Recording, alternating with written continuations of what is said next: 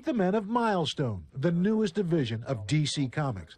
Dwayne McDuffie is the editor-in-chief. We want to give people that shock of recognition I got the first time I saw a black superhero, and I went, wow, you know, I could do this.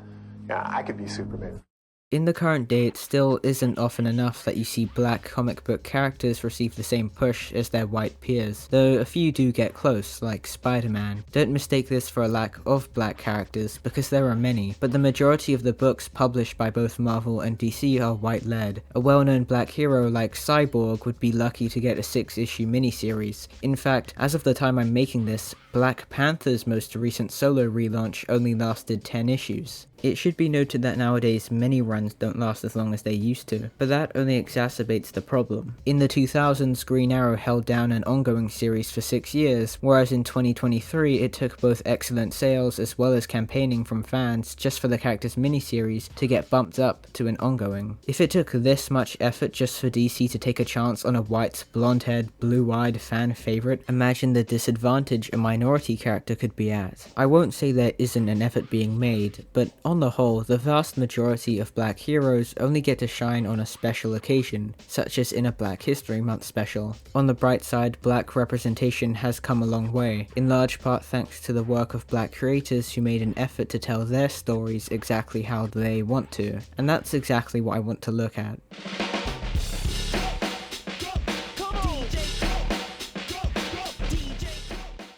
This was the foundation behind Milestone Media, founded in 1993 by Dennis Cowan, Derek T. Dingle, Michael Davis, and Dwayne McDuffie, with early assistance from Christopher Priest, who was the first black editor at Marvel, and would later go on to write what many would regard as the most influential run on Black Panther. He came up with the large letter M that would become their logo, and helped come up with many of the character names. Michael Davis has worked as an artist, and for Milestone would work on the business end of things, alongside Derek T. Dingle, who Christopher Priest described as a closet comic book fan dressed in a suit, having experience writing and editing for magazines. If you read a lot of comics, you've probably seen Dennis Cowan's work before. It's hard to name a character he hasn't drawn. His art for The Question is especially memorable. And of course, the late Dwayne McDuffie was a writer, one of the best to ever work in comics or animation. If you were born in the 90s or 2000s, you may be familiar with his work in Justice League Unlimited or Ben 10 Alien Force. He even wrote many of the best DC animated films, such as Crisis on Two Earths.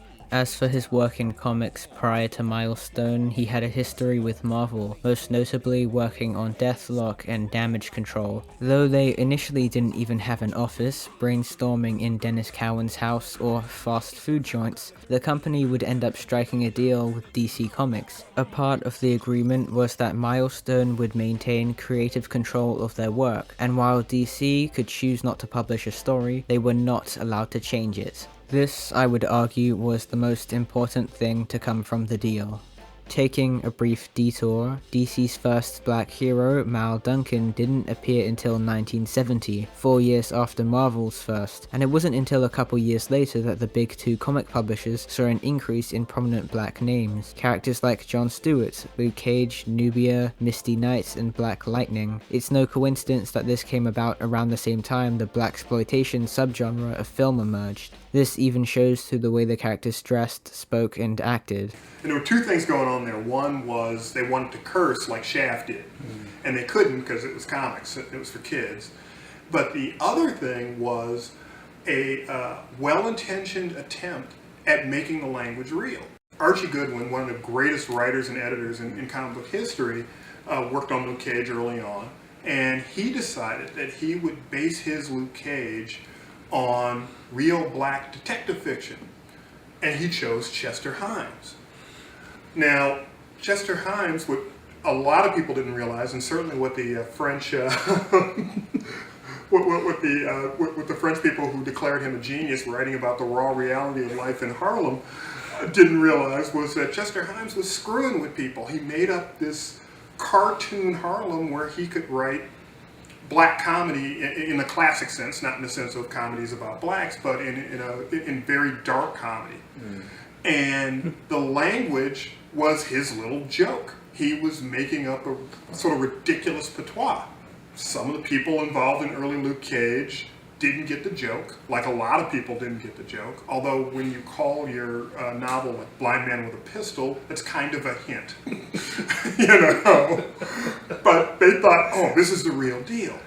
I'm going to get that language. It's kind of like what I might do if I were going to write a story about a Chinese family. Like, I'll read a bunch of Amy Tan. But if Amy Tan was screwing with me, I wouldn't know, you know. So that is the secret, rarely told history of Sweet Christmas. The problem was that, unlike the films of this time, they were primarily made by white writers and artists whose exposure to black people came largely from these films. There was a severe lack of black voices behind the scenes, to the point where, when tasked with co-creating Jon Stewart, Neil Adams felt he had no choice because he was one of the only artists in comics at the time who knew how to draw black people. He even had to come up with the name, because the character was originally going to be called Lincoln Washington. Lincoln Washington, Julie! What?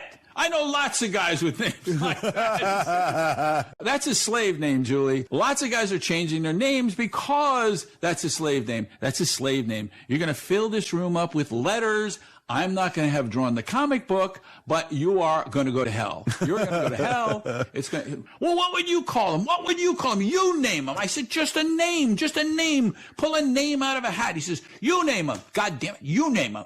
You name him. I said, fine. Jon Stewart. How would I know he'd become a late-night comedian? Really? Tony Isabella created Black Lightning as a replacement to a concept that never saw print, a character called the Black Bomber, who was going to be a racist white man with the ability to transform into a black superhero. Dwayne McDuffie would later create a parody of this concept. The 70s were a pretty woke time for comics. Green Arrow was an outspoken leftist who hated landlords. Hal Jordan began to question whether he's really the hero he thought he was, but some stories just aren't yours to tell. Take Superman's girlfriend Lois Lane number 106 for example, where Lois, upon having her interview requests rejected by seemingly every resident in a black neighborhood, has Superman use a Kryptonian machine to transform her into a black woman for a day. The story is clearly going for a progressive message. Lois learns what it's like to be judged based solely on the way she looks, as well as the importance of community in the face of socioeconomic hardship. It ends with a nice, maybe we're not that different after all message. And the writer of the issue, Robert Kanigher, even co-created both Mal Duncan and Nubia. There were good intentions. These creators were considered very liberal and progressive, but often couldn't provide perspectives that were authentic or nuanced. This was the monolith that the guys at Milestone set out to destroy. Milestone stories would take place on a separate Earth from those at DC, therefore free of the DC Universe's restraints and baggage. From here on, I'll refer to it as the Dakotaverse, named after Dakota City where most of the stories take place. Its inhabitants come from a multitude of unique backgrounds. You have Curtis Metcalf, aka Hardware, a science prodigy, once a cog in the corporate machine, now an angry black man on a mission to dismantle the system. Or Icon, an alien who found his way to Earth in the 19th century, crash landing in a cotton field, in the present now posing as Augustus Freeman, a black conservative, so you can be certain he leads one complicated life. Clarence Thomas is apparently a fan of the character. I don't think Clarence Thomas realizes that the comic is making fun of him. Icon works alongside the much younger, far more outspoken Raquel Irvin, better known as Rocket. You also have the Blood Syndicate, a street gang of metahuman vigilantes, and the most successful character, Virgil Hawkins, a nerdy teenager who, after finding himself in the midst of an incident labeled the Big Bang, now fights crime, often dealt out by other bang babies, as the hero Static. I'd like to look at a handful of issues from each title individually, and the perspectives they have to offer. Starting with Hardware, which ran for 50 issues in total, 23 of them written by Dwayne McDuffie and 15 penciled by Dennis Cowan. Issue 1 opens with a flashback that instantly sets the tone McDuffie and Cowan are going for. My bird made a common error. He mistook being out of his cage for being free. It's a world unique from the kind we're used to seeing in comics, one more grounded and harsh, only for readers to be thrown into the action once it cuts to the present. The opening action sequence is oh so 90s, and you could argue a lot of Hardware's appearance reflects the edginess of the decade, but it does do a good job in the way of introducing the character. Curtis Metcalf is cynical, and as he later puts it himself, you could say he has a chip on his shoulder, even if he is justifiably angry. The consensus on Dwayne McDuffie is that he was a genius. Those who knew him will say as much today, and even did back when they knew him. In a Wizard magazine interview, Dennis Cowan refers to him as such. In that same interview, McDuffie also says something that has always stuck out to me ever since I first heard it in an excellent documentary by the Watchtower database. People write about themselves. Basically, fundamentally, no matter what character you're writing, there has to be a core of you in it. This certainly shows when reading Hardware. He attended a private school for gifted children and studied at the University of Michigan at only 13, although it was only for a year. During his time at Marvel, he was never shy about expressing his opinion, and when considering certain events in the years to follow, such as the network interference McDuffie faced during the initial run of the Static Shock TV series, combined with toy companies' aversion to the show in spite of its high ratings, making it obvious their problem lied with the series' lead, I think the frustration felt throughout the book has aged well. Curtis Metcalf's disillusionment with the corporate machine begins as a result of a meeting with his employer, Edwin Alva, who matter-of-factly tells him that he is not respected, but merely useful. Even by playing the game, Curtis doesn't earn his freedom. His work for Alva brings the company millions, but he is still not entitled to a fair share of the profits. Once they come into the world, the inventions are no longer his, and you can be damn sure the machine that feeds on his labor isn't his either. His anger is understandable. At the same time, there is an internal struggle, because there's an aspect of selfishness to Hardware's mission. He is simply exacting revenge because he feels betrayed. The following two issues detail the way his revenge mission consumes him. He feels so entitled that he is willing to end the lives of others, just because his boss wouldn't give him a raise. Come the fourth issue, Curtis realizes he is still no freer than the bird he owned as a child. He escapes from Alva's cage, only to fly into one of his own making. Already, the Dakotaverse not only presents characters with stories that feel personal, but does so in a way that can challenge the reader's perception of heroism, like many comics were doing at the time, while simultaneously allowing readers to sympathize and connect with them. And this momentum carries on through the second Milestone book to begin in April of '93, that being Blood Syndicate.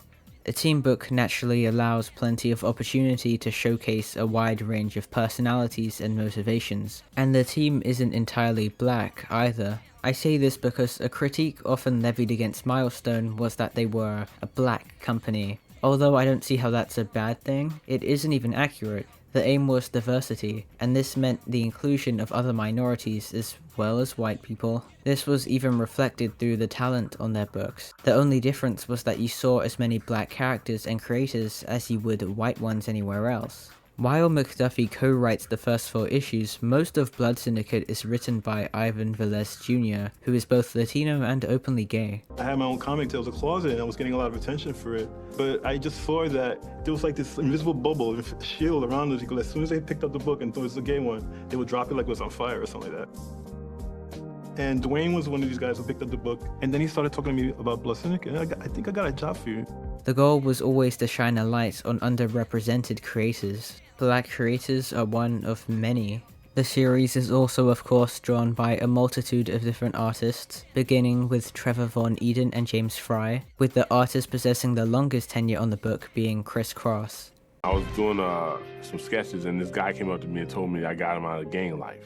And he said, seeing myself on Blood Syndicate and finding out I was a black man drawing Blood Syndicate gave him another thought process about what he wanted to do with his life other than just running with the gangs. To hear someone tell you they got you out of gang life just gives you relevance, like, okay, this stuff means something. Gangs in superhero comics are usually not treated with a lot of nuance. Outside of some exceptions like Batman the Hill by Christopher Priest and Sean Martinborough, in a superhero book you're unlikely to see the socio-economic factors taken into consideration, and the hero doesn't have much reason to consider them either, because more often than not they can't relate to those struggles. Additionally, it's something comics about black heroes try to avoid out of fear of creating a stereotype. It's why Jon Stewart was made to be an architect, and Black Lightning was a teacher. It was something inspirational. Or you have a character like Sam Wilson Wilson, who comes from a neglected community but is a social worker. These are all respectable professions, and I love the idea of black heroes looking out for their community even outside of costume, but it ties back to the idea of a monolith I mentioned earlier. White writers have a history of making a conscious effort to not only steer black characters away from, but directly speak out against anything that could be perceived as gang culture because of the black and white nature in which crime is often presented in comics. They were afraid of making black people look bad. That's why I think it was a smart idea to address this, so long as you also have black characters from other backgrounds, and again, not all of them are black. The first member of the group we meet is Third Rail, who is Korean and has the power to grow in size by absorbing electricity. As for the rest of the group, we have DMZ, who has enhanced speed, strength, as well as the ability to fly. Tech-9, the initial leader, known for his gadgets and weaponry. Fade, who can pass through solid objects. Holocaust, a pyrokinetic. Masquerade, a shapeshifter who is actually transgender, which is pretty impressive for the time. Flashback, who can reverse time and is the sister of Fade. Wise Sun, who, other than having the coolest design, possesses an enhanced molecular structure. And Brickhouse, whose abilities seem pretty obvious. She's a giant muscle-bound brick lady. She gives Wise Sun a gentle reminder not to disrespect women. Seeing as the team book allows for a variety of personalities and motivations, they are bound to clash. That is where the reporter Rob Chaplik comes in, as the audience surrogate, watching the team brutally destroy the means by which the white man's poison is disseminated in our community. Where Wise Sun wants to see the entire crack house destroyed, other characters, such as Holocaust, would simply rather be the ones to profit off the drugs being peddled around the community, not even bothering to rescue anybody. It doesn't come as a shock when he is the one to defect. The Blood Syndicate operate in a grey area, but they aren't so much anti-heroes as much as they're a team of heroes that operate like a gang. Loyalty matters, and so does their code of honor. When Holocaust challenges Tech-9 for the role of leader in issue 2, none of them are allowed to intervene. The 4th issue has them outright state that they are thicker than blood. It adds to the grounded human feel of the Dakotaverse. These characters are designed to feel like a person the readers could have grown up with. As he recounts on his website, which also contains a number of early sketches, when Ivan Velez Jr. was brought on to write for the Milestone Bible, he pulled from his own experience growing up in the South Bronx around teen gang members of different backgrounds to diversify the members of Blood Syndicate. The members of the team feel more like people than archetypes, but an archetypal hero isn't an inherent negative. Icon matches the description of your traditional superhero down to the alien backstory, except for being a conservative. Superman doesn't move like that, usually. That twist is actually perfectly in line with the Milestone mission statement. Black people aren't a monolith, some black people hate themselves. And besides, Rocket is even more important to the book than Icon himself. The Icon series ran for 42 issues, and most of those were written by Dwayne McDuffie and penciled by the late great M.D. Bright. This is the first time we catch a glimpse of the wider Dakotaverse, as in locations far away from the city of Dakota. The beats Icon's origin follows are familiar but with a few glaring distinctions. Other than him landing on Earth in the 1800s, the part that stands out to me the most is the lack of dialogue throughout the first 4 pages. An Icon being an adult before shapeshifting into a baby upon landing on Earth may make you wonder where his ethics lie. When we cut to the present day, meeting the alien's human persona as the corporate lawyer Augustus Freeman, McDuffie already alludes to Augustus's conservatism via a reference to the dude from that one Family Guy episode. Raquel Irvin is definitely the heart that grounds the book, being a teenager from the projects with aspirations of being a writer. Once again, Milestone is able to humanize people from impoverished backgrounds, even Raquel's friends who drag her along to rob Augustus's big-ass house. Upon reaching page 17, in which Augustus flies for the first time, I'm reminded of another thing McDuffie brings up in the aforementioned Wizard magazine interview. There's a sense of magic you retain by keeping the world real. First of all, you can grapple with real issues and communicate. Most importantly though, the first time somebody's feet leave the ground and they're flying, nobody's ever seen it before. Nobody can believe it. We want to bring back that sense of primal power that you got when you read your first comic book. Up until this point, the Dakotaverse has been heavily steeped in reality, so the inclusion of what you wouldn't think much of in any other superhero story flips the world on its head. And this is what leads Raquel to seek Augustus out with the opportunity of a lifetime, only for Augustus to suggest she pull herself up by her own bootstraps. I choose to highlight this exchange though because of Raquel's response, which is up there with Hardware's opening. It's a lot easier to pull yourself up by your bootstraps, Mr. Man. if you already know how to fly? Once again, Raquel acts as the heart. It is her down-to-earth worldview that ultimately inspires Augustus, pushing him to re-examine his worldview. Although one doesn't just change overnight, it isn't just Raquel who challenges Augustus. When the two suit up for the first time as Icon and Rocket before arriving to lend a hand at City Hall, they instantly find themselves surrounded by armed pigs aiming straight at them.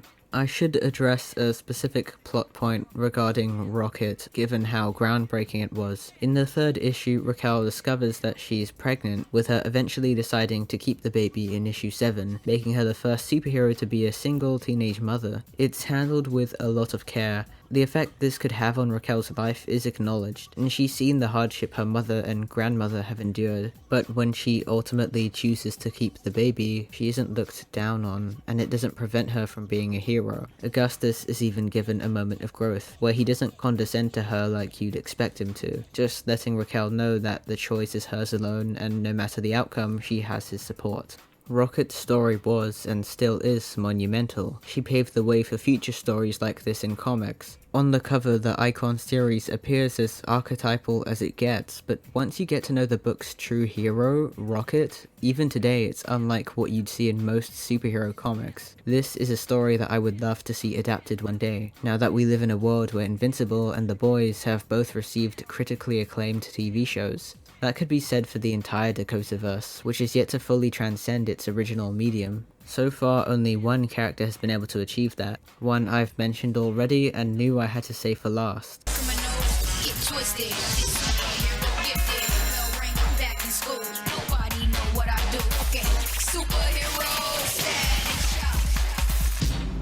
Static Shock was a game changer. It was one of the most mature cartoons of the time, tackling serious, real-world issues in a way that kids could understand and relate to without sugarcoating the reality of those things. And it was about a character that general audiences had never heard of. Static had existed for less than a decade by that point, but it's no surprise he, of all Milestone characters, was the first to make a worldwide, multimedia splash. Static is another character that you can tell was personal to Dwayne McDuffie, but in a way that made him more relatable to a wider readership. And then at some point, I think we were missing something, and we couldn't figure out what it was. It was like, well, something we're missing.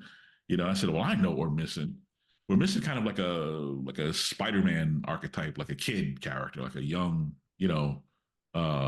character. And Dwayne goes, oh, I got something like that. And he starts pitching, and the character that became Static, it just came like fully formed out of Dwayne's mouth. We didn't touch it. Virgil Hawkins is a nerdy black kid, not unlike a lot of the people his book was designed to appeal to. Taking it a step further, unlike the show where he only has one living parent, a change McDuffie wasn't a fan of, in the comic Virgil comes from a very traditional household. Even just the cover of the first issue has a unique aura to it, which carries on through the first 9 pages of the issue, as we see Static effortlessly rescue his friend Frida from a group of guys in an arcade. The title character and tagline are a reference to a song by James Brown. Static's original costume, though very different to what would later become his most iconic, is sleek and reminiscent of a character like Spider-Man, to go along with the young hero archetype, but different enough to stand out. And the cap that holds the look together is of course in reference to Malcolm X, often worn back in the 90s and popularized by the likes of Spike Lee.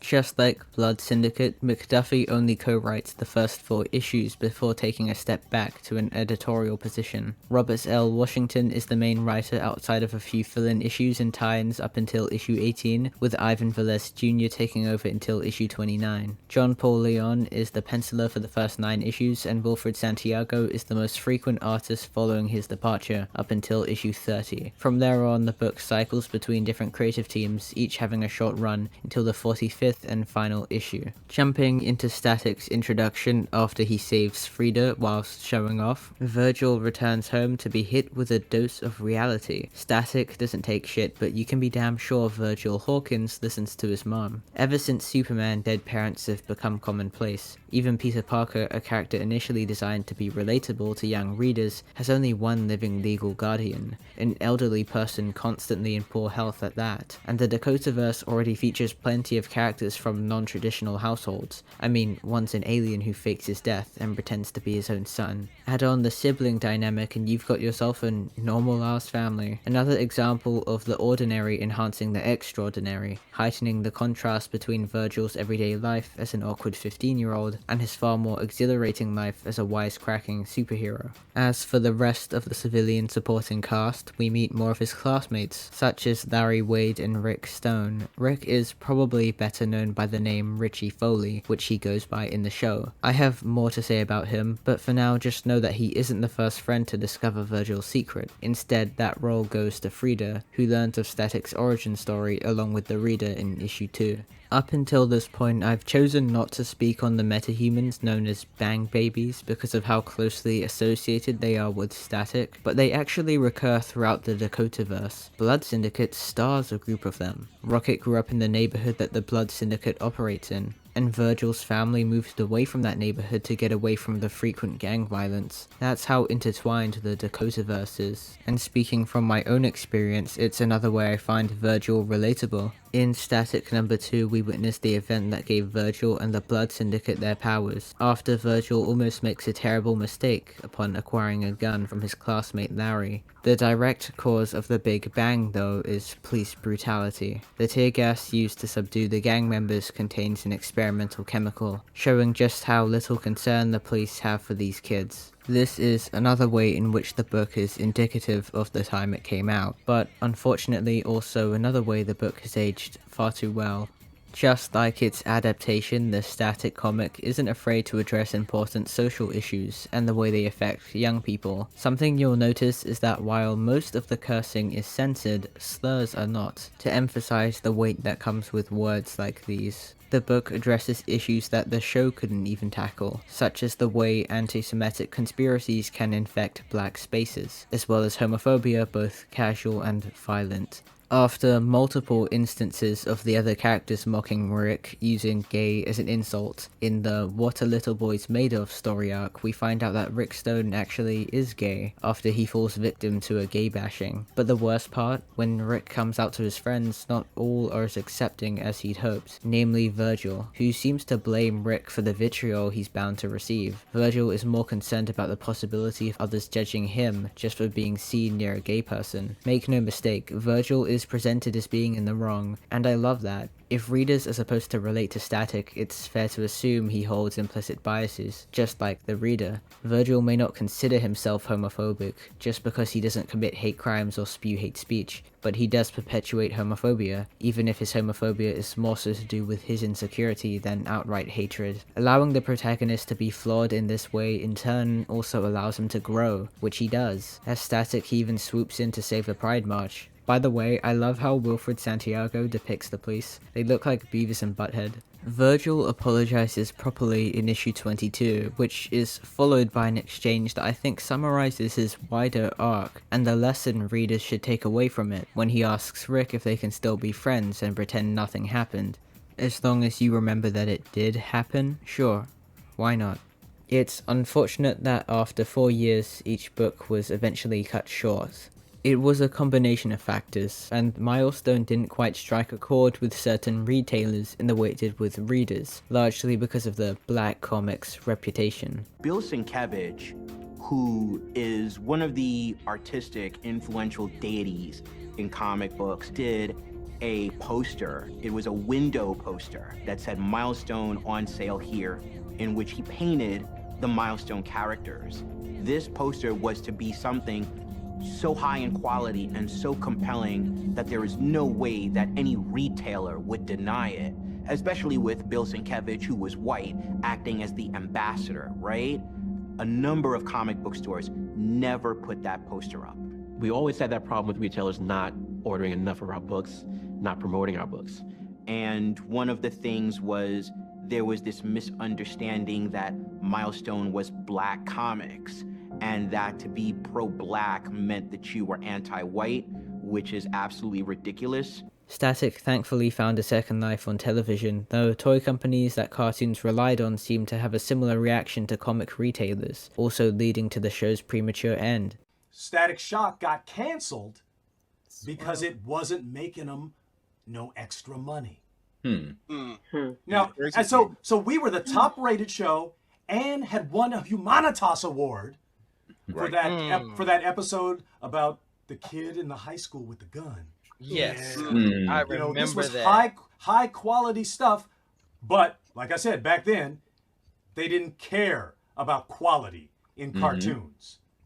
It was just about Toys R Us. There were attempts to revive the Dakotaverse over the years, such as the 4-part comic, Static Rebirth of the Cool, and in the late 2000s, during Dwayne McDuffie's time writing Justice League of America, the Dakotaverse got to cross over with the DC Universe once more, with the Milestone characters being folded into the main DCU. In 2010, the 2-part story Milestone Forever served as a trip down memory lane, and a send-off to the Dakotaverse readers previously knew. The new status quo had potential, but readers wouldn't be seeing much of the Milestone characters for a while. Static's book, released during the New 52 reboot, was cancelled in just 8 issues, due to behind-the-scenes drama that led to one of the co-writers leaving the series, and how could I not mention Dwayne McDuffie's passing in 2011. He was instrumental to Milestone's success. Without him it wouldn't be the same. Milestone was effectively gone.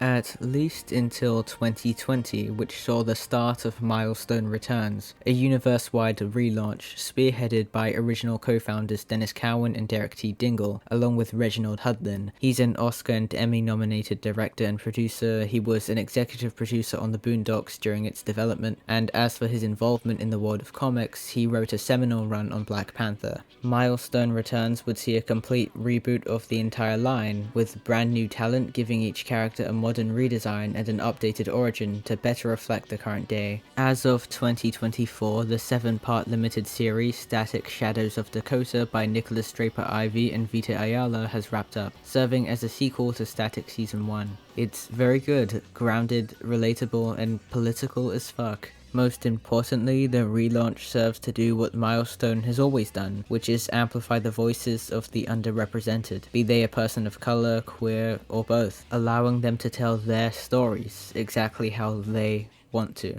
I believe one ought to criticize companies and advocate for more, but sometimes it's also worth appreciating how far representation has come, and the people who work together to help make it happen. By reminding ourselves of what it took to get here, we're less likely to become complacent. It's so important that we all have characters we can see ourselves in, characters that look like us, characters with experiences that reflect our own. If you've noticed the change in the media you consume, if you've noticed an influx in diversity, I want to make one thing clear. Things aren't only changing to reflect how the world is today. They're beginning to finally acknowledge how the world has always been. And I think that's pretty cool.